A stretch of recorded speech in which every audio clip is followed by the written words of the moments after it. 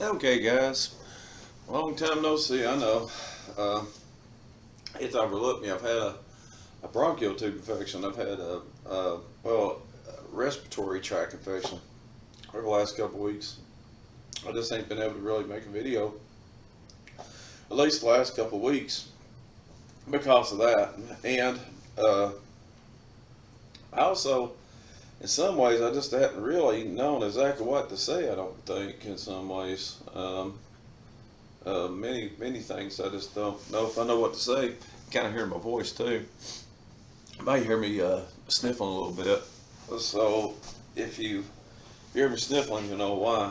Uh, but let me talk real quickly about and let me give you an update of living here in this part, kind of western part of North Carolina, and what it's like here in North Carolina. And you know, I got power back on, thank God. But my power was out for a while. It was for a long time. My power was out, um, and the Duke Energy's working their hind end off right now to get the power back on here. Around here, they still haven't got the power back on. There's still trees down all over the place, big trees in the middle of towns and stuff like that falling in this area. Now we go up towards the mountains, it's completely wiped out. I mean, there's some places in the mountains it's done, it's gone. There's nothing there. Uh, but let me talk real quickly. Uh, just tell you what I've learned and what I've come across and what I've seen because I've been out here in this mess. I've been going up there delivering stuff in up in the more mountainous regions and stuff like that. Going up into places where the heavy wood areas are. Going into places where the rivers have been way over their banks. I mean, like way over their banks. The highest I've ever seen them. I've never seen that high in my entire life. I'm 45 years. Well, I'll be 45 in December, which is only just about 2 months away. Uh, I'll be 45 in December, and I've never seen the flood waters be that high. Uh, so let me talk real quickly about a couple of things I've seen. And well, one of the things I've seen is the floodwaters being really, really high and everything being, I mean, over the banks and everything else, right? But I've seen trees down, power poles falling, but really, I don't think so much the natural disaster part of it all is what really is so much disturbing to me. What I seen was the people's actions and the way that people have been ready to be able to deal with this stuff and been able to handle what's going on with all this stuff. And it's crazy. Uh, Whenever this stuff happened, there was grocery. I went up there in those areas and I was giving out water because I know people didn't have water. And so I was up in those areas and I was able to get up in some of the little tighter areas up in there with my car because my car is small, and I was able to, get water up in there and get stuff. And even people was, they didn't have no fuel for generators. In some cases they don't have no generators, they weren't able to get chainsaws and stuff like that, so I was able to find some chainsaws and stuff like that for people. Um, I found all I could find was the Eco brand, which was a chainsaw anyway. I mean, all the Craftsmans, all the other brands, the Ryobis and all this and that, a Ryobi would be electric, but these people didn't have no power, so they wouldn't have no way to run an electric generator, electric chainsaw. I think they do make a few gas powered, but I don't think Ryobi makes much gas powered. But you never know. I don't know if they do or not. But uh, anyway, so what I seen through all this mess, I seen gas stations having their doors open, and they didn't have no power, but they were still running their gas station. And running their gas station, they were allowing people to come in there and get what they got to get, and they were there watching people and everything, make sure nobody's trying to steal something. And they had their get doors open, and they were taking cash. So if you would have had cash, you could have still bought something. But at the same time, though, I come across this one gas station that was there, and we stopped and got a couple bottles of water. The stores, most gas stations were closed. But I come across one that had some Eastern Indians running the thing, um, and these Eastern Indians were running this gas station, and they were selling bottles of water two for $4.50. So I got a couple of bottles of water at $4.50 for two bottles of water, and then one guy bought a 24 pack. I got about a 24 pack, and he bought at $4.50 for a 24 pack. So you can imagine this guy with that let's see, at $4.50 for two, he probably paid somewhere with and a $10 for 1 gallon of water too. He bought springtime water, $10 for 1 gallon. That was nothing but this. That was price gouging real bad, because he was taking advantage of people's bad situation, and he was selling it. And his normal price in the store, though, I got to give the man credit for one thing. His normal price in the store, he already had it pre-marked on the little thing, two for $4.50 on the Dasani water. He already had it marked pre-marked, two for $4.50, which it looked like maybe that was his original price. But then again, you never know. They might have actually went in there and just and bumped that stuff up, so they could charge that because they knew there was going to be a water crisis going on. $4.50 for two bottles of Dasani water. I mean, crazy. $10 for 1 gallon of springtime water. I mean, come on. And if you would have had cash, you could have bought stuff, and that's how I bought that, was with cash. So I'll tell you what I seen though. I seen people have nothing. These people didn't have no money, didn't have nothing up there, and they were rushing out trying to get water as quick as they can get water. They were trying to get chainsaws as quick as they can get chainsaws. Chainsaws, power generators, everything. These people didn't have none of this stuff, right? They didn't have no water, no nothing. And I can't say nothing bad about people that have generally good standard trees, and they don't have no reason for a chainsaw. Generally speaking, they don't have that many trees in their yard. They don't think they're going to go anywhere. And a situation like this happens, and then all of a sudden you need a chainsaw. Well, I can't blame them, because, I mean, to be honest with you, a lot of people don't own chainsaws. I mean, I got access to two chainsaws right now, an Eco and a Husqvarna. But here at the house here, I don't have a chainsaw at my house, but I can get access to a chainsaw at any given time. One's a 20-inch, the other one's a 14-inch. And to tell you the truth, when I seen all this stuff going on, I was looking at all this, and it was just plumb ridiculous, man. These people were losing their mind over water, water, and power generators, chainsaws, stuff like that. And I learned something from it. I learned that people, whenever this all falls apart, if everything goes to hell here in America, people are not going to be prepared. They're not going to be. They're not going to be prepared. You might as well just know that. And another thing I learned about it, because I was heading up that way, and I was taking stuff, and I was getting stuff up there the very next day after this whole thing happened. This happened on a Friday. I was heading back up there on a Saturday to get this stuff out, getting this stuff to the people, right? And what I noticed was, it wasn't even a day. It was not even a day, man, that these people were losing their mind. They were losing their mind. They're heading down to Hickory. They're heading all over the place trying to find something. They're heading down to Granite Falls. They're heading down to Newton. They're heading down to here and there and everywhere else to try to get this and that. They're robbing. They're taking everything. They're robbing Peter to pay Paul, man. I mean, they're taking everything out of stores. They're wiping it clean. I mean, right now, our grocery stores are getting slim right now because the people restocking, when they're getting power turned back on, they've lost everything in the refrigerator.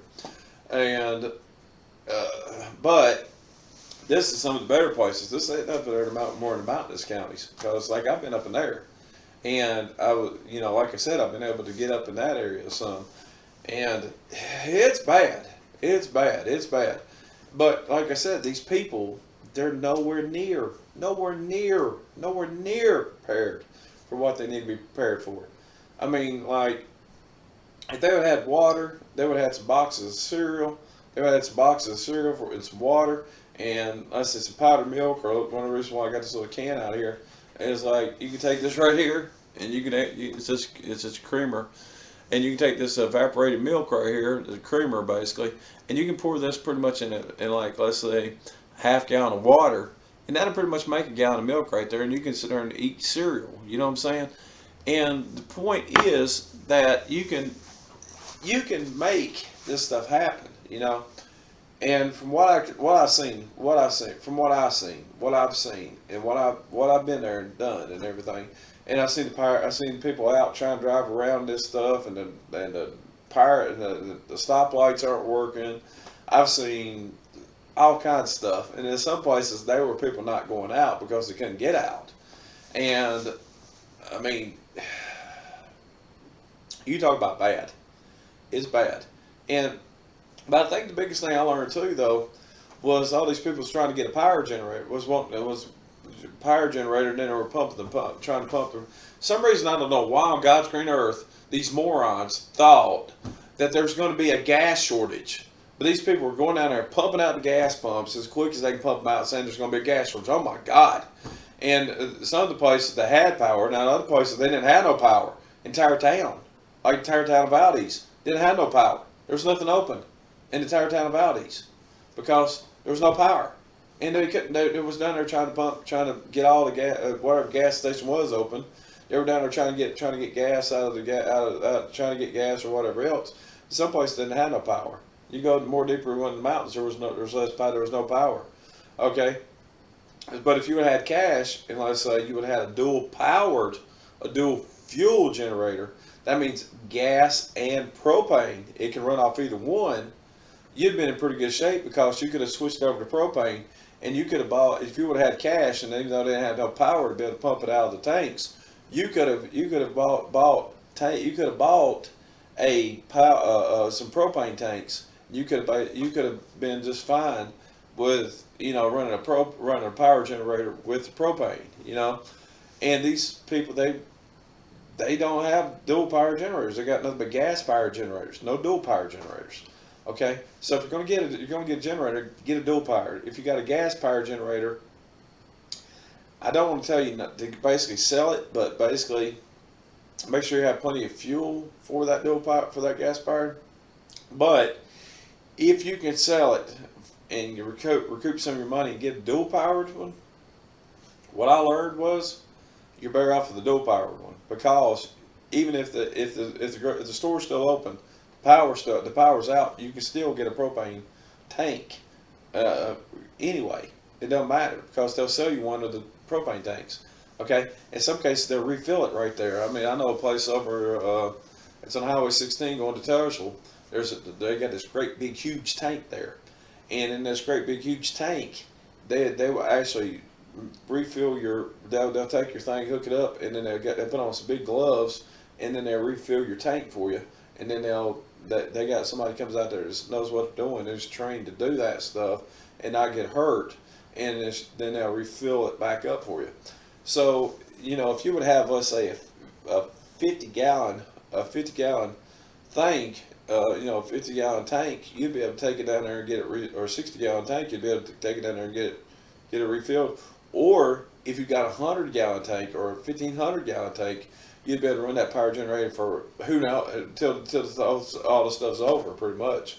I mean, it'd run a long time. Now, if you're up in the deep mountains where this stuff ain't going to end in no time soon, it's going to take years to rebuild those mountains. And in some cases, they're not going to rebuild it because they found lithium. There's lithium there, and they're wanting to go in, and they're not going to allow them to rebuild in that area because of the precious resources in those areas. So the mountains in North Carolina, we're sitting on a gold mine, and basically they're wanting to get all that stuff out of there. I've been working around that. Machines that make me itch lately. So my beard's kind of itching a little bit today. Yeah. So basically, the They're not going to let them rebuild. So this stuff is never going to get rebuilt. Chimney Rock, it's never going to get rebuilt. I don't know about Asheville. Asheville's a very big town. It's going to be very hard to balk on those people, and there's a lot of rich people in Asheville, so it might be a little hard to balk on them.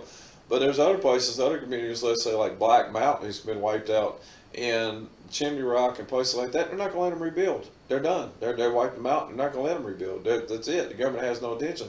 We got government up there right now, and even FEMA left them. FEMA left those people. They're done. And government's there, but they're not there for any kind of purpose for the people. They're there worried about the lithium and the precious minerals and resources in the ground. They're not even there for the people. The people like us are the people who's there for the people. We're there for the people, but the government's sitting around with a thumb up its ass doing nothing. They just sent people. They just sent National Guards and all these people over to Kuwait for some reason. We don't know why they sent all these people to Kuwait, but they just sent a bunch of people over to Kuwait over there. And why they did this, we don't know. So we need our people here at the house. We got a major disaster going on up in the mountains. They need to get rescued and get people out of there. We've got people buried in mud, dirt, everything else. We got dead bodies laying around, and yet the government is not doing anything to help. They're sending people to Kuwait.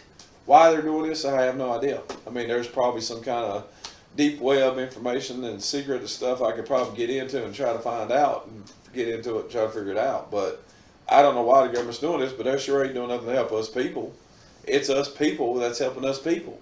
We're donating stuff. We're donating money. We're donating stuff here down here and around these areas, around these different areas like Statesville Airport, Hickory Airport, and different places. We're donating, well, not Hickory Airport, but Appalachia State. We're donating this stuff to these people, and they're taking it to them. It's not even our own government. So think about this. Let's just go through a couple scenarios here. Now I'm going to talk real quickly about scenarios we could end up in. Think about this. We had a civil war happen. What's the government going to do? Well, right now we got a power problem. Right now there's a lot of the stuff to do with power, no water, stuff like that, right? So let's say we got into a civil war with government. Some people's not going to want to be in a civil war with government. Let's say we did get into a civil war, not even with government, just among ourselves, but the government steps in to try to calm that civil war. Let's say we're not going towards, not trying to fight up against a government, but let's say that we are at a civil war among ourselves for other reasons. Okay? Now think about this. If we had a civil war going on in America, and what's the government going to do to settle this situation? They're going to do basically one or two things, but they're going to do a few things. They're going to stop you from going to grocery stores. Grocery stores are not going to be there anymore. They're going to cut off the power. They're going to cut off all the main water supplies. They're going to cut all this stuff off. All the utilities, they're going to be gone. They're going to wipe that out. And why are they going to wipe that out? To get control.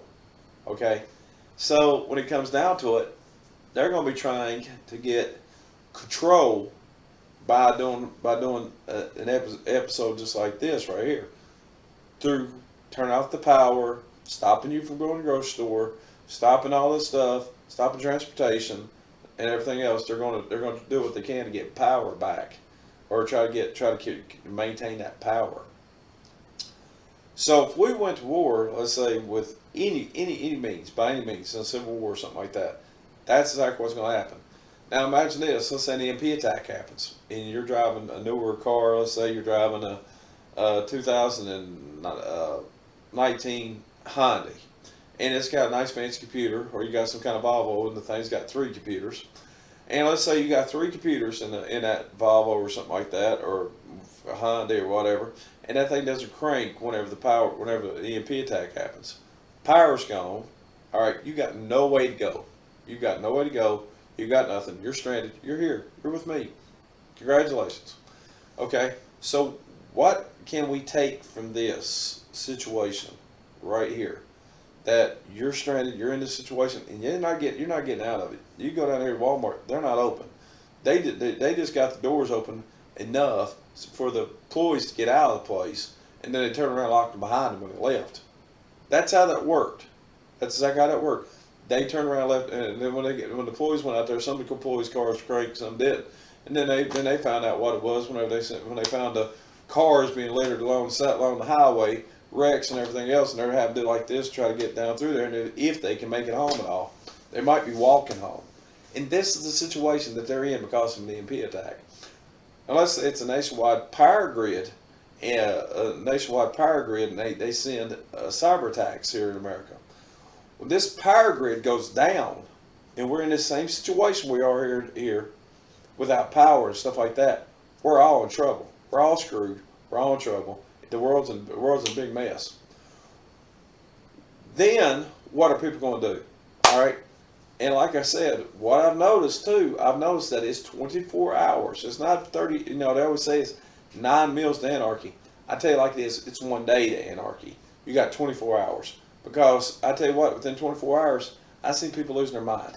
People were pushing, people were shoving, people were out here trying to figure out how to get water, people out here trying to get every little bit of water they can get their hands on, bottled water and everything else, and it was ridiculous. Now let me ask you a question. This is my question to you. What are people going to do whenever all that falls apart? They're going to fall to hell. The world is going to come crashing down on top of their little head, and they're going to fall apart. I'm also going to go get another piece of something. I'll bring it right back. Okay, so this is what I want to get.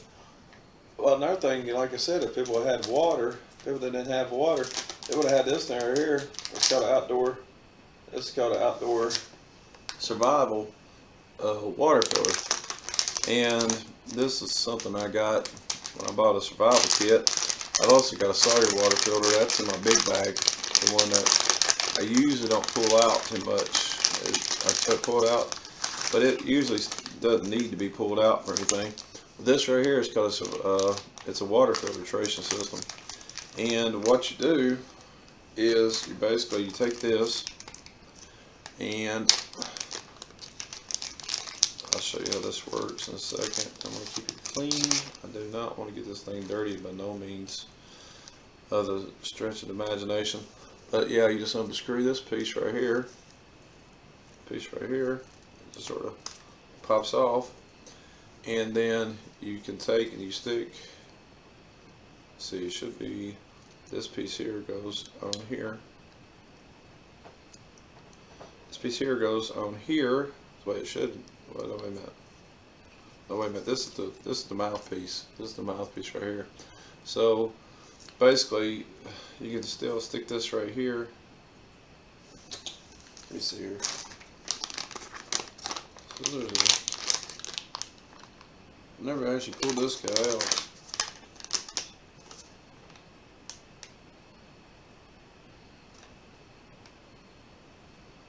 Okay, then screw it onto a bottle. Alright, yeah, so this is the mouthpiece, and then this piece here just takes and puts on directly on this piece, on this end piece right here, like that, and then you can actually just go up, drink some water straight from the dirty pool, from dirty pools of water. So whenever all that stuff was going on, when all that stuff was going on up there in Asheville, if they would have had one of these right here, and when all this stuff's going on, the water and everything, they would actually be able to just walk right up to that nasty water, and they'd be able to pick it up and they'd be able to drink it. I don't care what kind of pathogens is in there or not. These things filter out about 99% of all bad pathogens in that water. I could walk up to a lake right now, any given lake, anywhere, and I could actually go to that lake right now, and I could actually get water straight from it and drink it with the straw. These things are really awesome. I got, like I said, I got a Sawyer too, but this one right here is just now cheapo. That was just thrown in a kit, a little survival kit. I got it off Amazon, put in my spare car, and instead of keeping it in my main car, just keeping it in a spare car, So the bottom line is, like I said, these people, nobody's going to be prepared for anything, and it's going to come down to the point. It's going to come down to the point where you're gonna have to have plenty of stuff for you. You're gonna have to have a lot of water. That's one thing I found too. You always hear about prepper saying water, water, water, and they say have 5,000 gallons of water. That's pretty much true. You're gonna have to have a way to catch the water. But you know they always say you have lots and lots of water, and that's true. You're gonna have to have lots and lots and lots of water. Well, for one thing, that's one main thing. The second main thing is, I've seen a lot of people trying to figure out how they're going to take care of their pets. If you got pets, you're going to have to figure out ways to take care of those pets. So that means you're going to need to get you some food, some dog food or something like that. You're going to have to put some kind of way to feed the animals too during that period of time. And one of those ways that's really a good way to do it is also dried rice. Dried rice is actually really great because you can actually mix their dog food or some kind of food or something like that with the rice. With rice you can, or some kind of meat or something like that you have.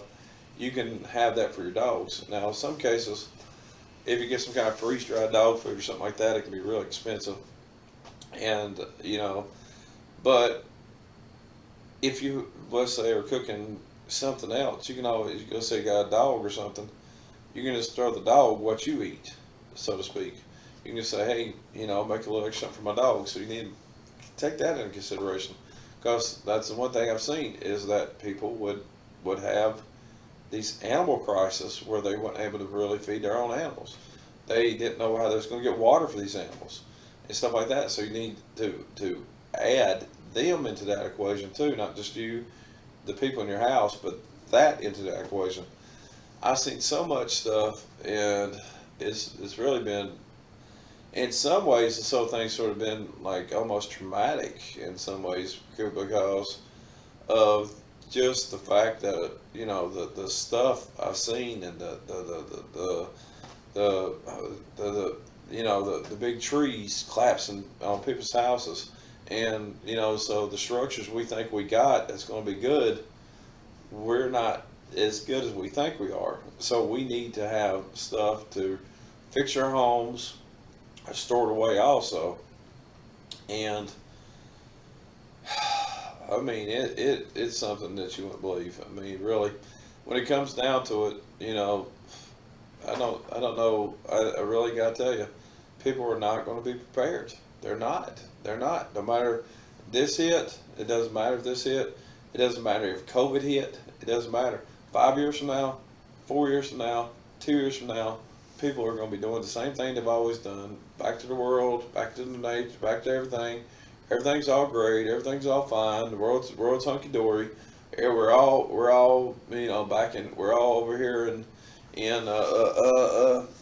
great, the great lands of the world again. So we all go back to doing the same shit we did before, and we're back right where we were before. We have no toilet paper. We have no gasoline. We have no toilet paper. We have no gasoline stored up.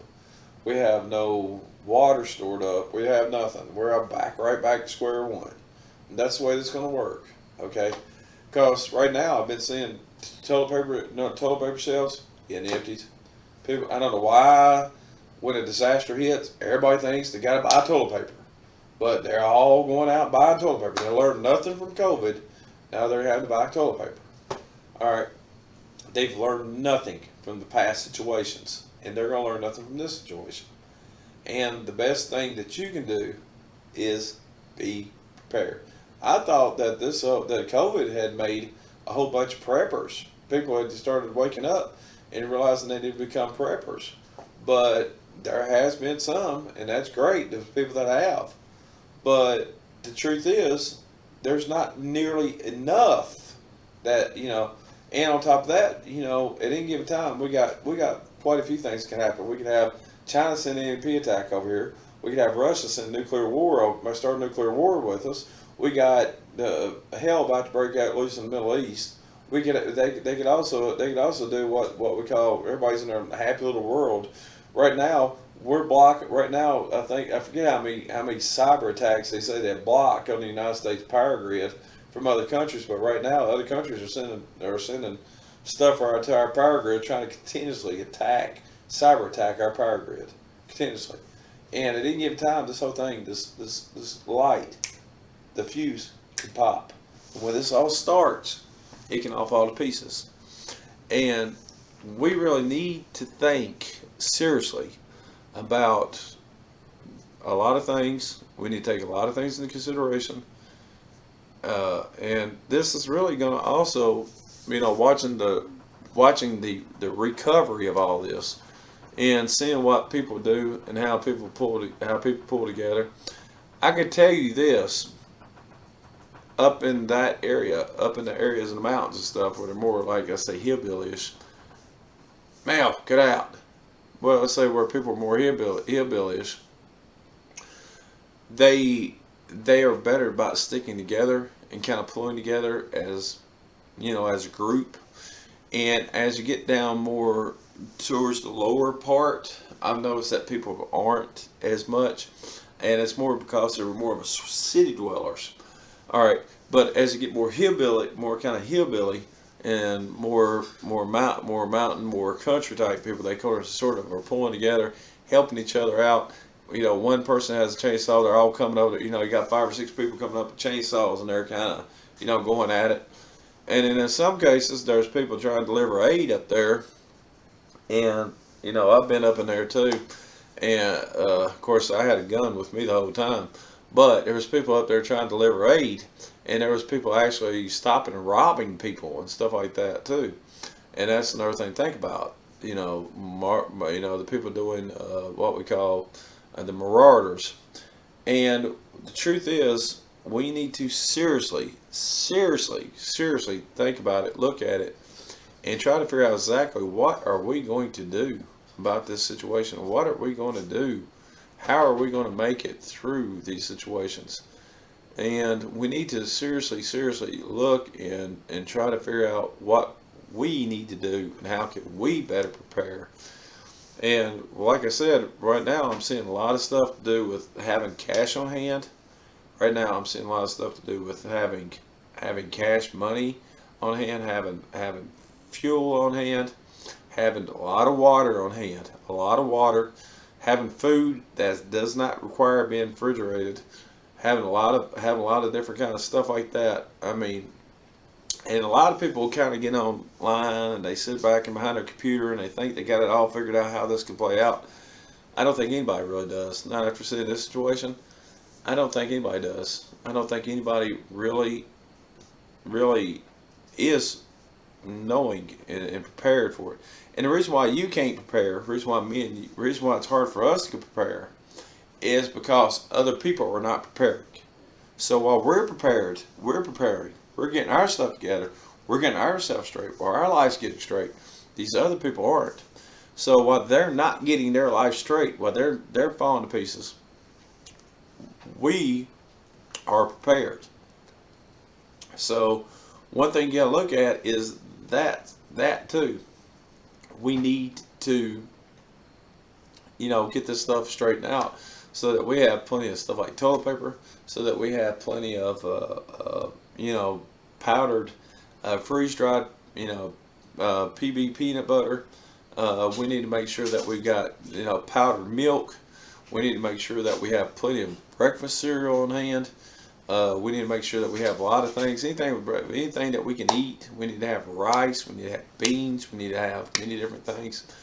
And we need to have a lot of stuff. And the thing about it is, if you're not careful, when not getting all this mixture of stuff, you have to make sure that you get a wide variety of stuff too. Because if you eat the same thing every single day, your body will finally build up a resistance to that. You'll start getting sick. You'll start having morning sickness, throwing up. You'll be having all kinds of different kinds of stuff.